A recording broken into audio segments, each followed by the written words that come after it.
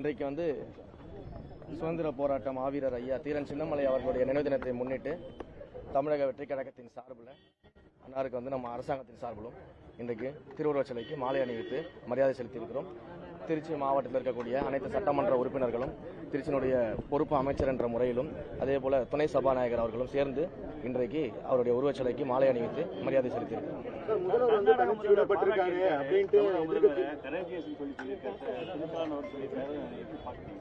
தமிழ்நாடு முதலமைச்சர் வந்து பாத்தீங்கன்னா இன்றைக்கு இந்தியா முழுக்க இருக்கக்கூடிய அனைத்து முக்கிய தலைவர்களும் பாராட்டத்தக்க வகையில் மிகச்சிறந்த ஒரு ஆட்சியை நடத்தி இருக்கிறாரு. வரலாற்றிலேயே மிகச்சிறந்த ஒரு மாற்றத்தை, அரசியல் மாற்றத்தை இன்றைக்கு உருவாக்கி இருக்கிறாரு. மக்களுடைய பேராதரவோடு இன்றைக்கு ஆட்சி நடந்து கொண்டிருக்கிறது. மக்கள் பெரும்பான்மையோடு இன்றைக்கு நம்முடைய ஆட்சியை பார்த்தீங்கன்னா ஆதரித்து இன்றைக்கு வாக்களிக்காதவர்கள் கூட ரொம்ப சந்தோஷமாக இன்றைக்கு வாழக்கூடிய அளவில் நம்முடைய முதல்வருடைய ஆட்சி அது நடந்து கொண்டிருக்கிறது. ஸோ அனைவரும் பாராட்டத்தக்க வகையில் இந்த ஆட்சி நடந்திருக்கின்றதுக்கு இது ஒரு உதாரணம். சார், முதல்வர் வந்து தனிச்சு விடப்பட்டிருக்காரு, அவருக்கு ஒண்ணுமே தெரியலன்னு சொல்லி ஸ்டாலின் சொல்லியிருக்காரு. இங்க உண்மையிலேயே தனிச்சு விடப்பட்டது யாருன்னு சொல்லிட்டு ஐயா ஸ்டாலின் அவர்கள்ட்ட நீங்க போய் மைக்க நீட்டி கேட்டீங்கன்னா தெரியும். இன்றைக்கு இதையெல்லாம் சட்டமன்றத்திலிருந்து பேசிக் கொண்டிருந்த ஐயா ஸ்டாலின் அவர்கள் இன்று சட்டமன்ற நிகழ்வுகளை வீட்டிலிருந்து பார்க்கக்கூடிய நிலைமைக்கு தனித்து விடப்பட்டிருக்கிறார் அப்படின்றதுதான் உண்மை. அது மக்களுக்கே தெரியும். மேகதாது விவகாரத்துல வந்து முதல்வர் வந்து வாய் எதுவும் பேசல, எந்த நடவடிக்கை எடுக்க ஒரு குற்றச்சாட்டு இருக்கு. அனைத்து கட்சி கூட்டத்தில் ஏன் இன்னும் கூட்ட தாமதம்? மிகச் சரியான ஒரு விஷயத்தை புரிஞ்சுக்கங்க. எல்லா விஷயத்தையும் பேசி தான் செய்யணும்னு அவசியம் இல்லை, செயலில் காட்டினாலே போதும். எங்களுடைய முதல்வர் அவர்கள் வந்து எப்பவுமே செயலில் காட்டக்கூடிய முதல்வர், செயல் மூலமாக இந்த ஆட்சியை நல்லாட்சியாக மாற்றக்கூடிய முதல்வர், மக்களுக்கு தேவையானதை மாற்றக்கூடிய ஆந்திராவை சேர்ந்த ஒரு பெண் வந்து சாமி தரிசனம் வரும்போது அவர்கிட்ட 2000 ரூபாய் லஞ்சம் கட்டுறதுன்னு அந்த பொண்ணு பேட்டி கொடுத்துருக்காங்க. எல்லா கோயில்கள்லயுமே ஒரு சில இடங்கள்ல இது போன்ற விஷயங்கள் நடந்துகிட்டு இருக்குது. நம்ம 80% எல்லா கோயிலும் சரி பண்ணிட்டு இருக்கிறோம். இன்னும் சில இடங்கள்ல நடந்துகிட்டு இருக்கிறதாக எனக்கும் தகவல்கள் வருது. அதன் மேல விசாரணை நடத்தப்பட்டு கொண்டிருக்கிறது. அந்த விசாரணை அடிப்படையில் நிரூபிக்கப்பட்டால் நிச்சயமாக யாராக இருந்தாலும் நடவடிக்கை எடுக்கப்படும். அதில் எந்த பாரபட்சமும் பார்க்க மாட்டோம். பெரம்பூர் தொகுதியும் சரி, கிழக்கு தொகுதியும் சரி, ஜாதி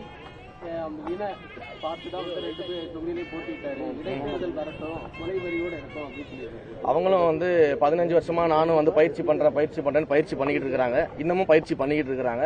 முதல்ல வந்து இது போல வந்து வெறுப்பு அரசியலை விதைக்கிறது, வெறுப்பு அரசியல் பேசி வந்து ஒரு தலைவருக்கு எதிராக பேசுவது, இதையெல்லாம் விட்டுட்டு உண்மையிலேயே வந்து வெற்றி பெறுவதற்கான நோக்கத்தோடு பேசினார்னா நிச்சயமாக உள்ளாட்சி தேர்தலில் ஏதாவது ஒரு 2 இடத்துல அவர் வெல்வதற்கான வாய்ப்புகள் இருக்கு. அதை முயற்சி செய்யணும்னு அன்போடு கேட்டுக்கிறேன். வந்து திருச்சியில இருந்தா கொள்ளிடம் வந்து தெரியுது, தடுப்பணைகள் கட்ட வேண்டும் வந்து நீண்ட வருஷ கோரிக்கையா இருக்கு. அந்த கோரிக்கைகள் எல்லாமே விவசாய சங்கங்களோட பேசி ஏற்கனவே நிறைய கோரிக்கைகள் கொடுத்திருக்கிறாங்க. அந்த கோரிக்கைகள் எல்லாமே சம்பந்தப்பட்ட அமைச்சர் அவர்களிடம் வந்து நம்ம கொடுத்திருக்கிறோம். அமைச்சர் அவர்கள் அதன் மீது வந்து ஆய்வுகளை பண்ணிட்டு இருக்கிறாரு.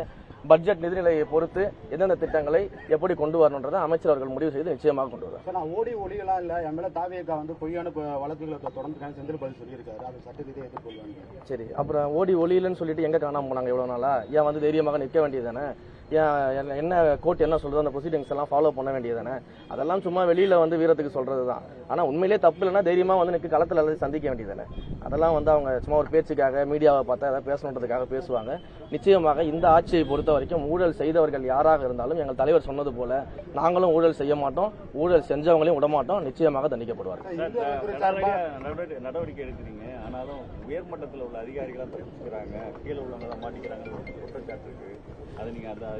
அப்படி கிடையாது சார். நம்ம எல்லாமே விசாரணைக்கு உட்படுத்துறோம். நீங்க வந்து உடனடியாக வந்து எதுவும் வந்து உயர் அதிகாரிகள் மட்டும் நம்ம விட்டுட்டு மற்ற எல்லாரையும் தண்டிக்கிறோம் அப்படின்லாம் கிடையாது. முதல்ல வந்து எங்க ஆரம்பிக்குதோ அந்த இடத்துல விசாரணை நடத்தி அந்த ஆரம்ப நிலையில் இருக்கக்கூடிய அதிகாரிகள் மேல் நடவடிக்கை எடுக்கிறோம். அதற்கு பிறகு அந்த விசாரணையில யார் யாரெல்லாம் உண்மையிலேயே வந்து ஈடுபட்டிருக்கிறாங்கன்னு தெரிய வந்துச்சுன்னா அவங்க எல்லாருமே நடவடிக்கை எடுக்க தான் போறோம். எந்த இடத்துலையும் நாங்கள் நடவடிக்கை எடுக்க மாட்டோம்னு சொல்லலையே. எல்லா இடத்துலையும் விசாரணைகளை நாங்களே தானே முன்னிறுத்துறோம். விசாரணைகளை வந்து நாங்களே முன்னிறுத்தி நடத்துறோம். விசாரணை நடத்த சொல்லி கேட்கிறோம். அடுத்தடுத்த ஸ்டெப்புக்கு நம்ம கொண்டு போயிட்டு இருக்கோம். இது எல்லாமே நம்ம பண்ணிட்டு இருக்கோம் இல்லையா? சோ அதனால முதல்ல ஆரம்ப கட்ட விசாரணையின் போது அதை யார் செய்தார்களோ அந்த அடிப்படையில் இருக்கக்கூடிய அந்த அதிகாரிகள் மீது நடவடிக்கை எடுக்கப்படுது. தொடர்ந்து வந்து யார் யாரெல்லாம் சம்பந்தப்பட்டிருக்காங்களோ எல்லாருமே நடவடிக்கை எடுப்போம். எங்களுக்கு எந்த பாரபட்சமும் கிடையாது. இந்து நலத்துறை சார்பாக நிறைய நடங்களா கடந்த ஆட்சி ஊழல் நடந்திருக்கு, வெள்ளை அறிக்கை வெளியிட அதை பொறுத்து நாங்கள் முடிவு பண்றோம். வெள்ளை அறிக்கை வெளியிடுறதை வந்து நாங்கள் டிஸ்கஸ் பண்ணிட்டு இருக்கிறோம். அதே போல வந்து கடந்த ஆட்சி நடைபெற்ற ஊழல்கள் என்னென்னலாம் வந்து கோயில் சொத்துக்கள் வந்து அபகரிக்கப்பட்டிருக்குது, கோயில் சொத்துக்கள் எப்படி எல்லாம் வந்து பல்வேறு இடங்கள்ல வந்து தவறாக பயன்படுத்தப்பட்டிருக்கிறது, அதை எல்லாத்தையும் நாங்கள் ஆய்வு பண்ணிக்கிட்டு இருக்கிறோம்.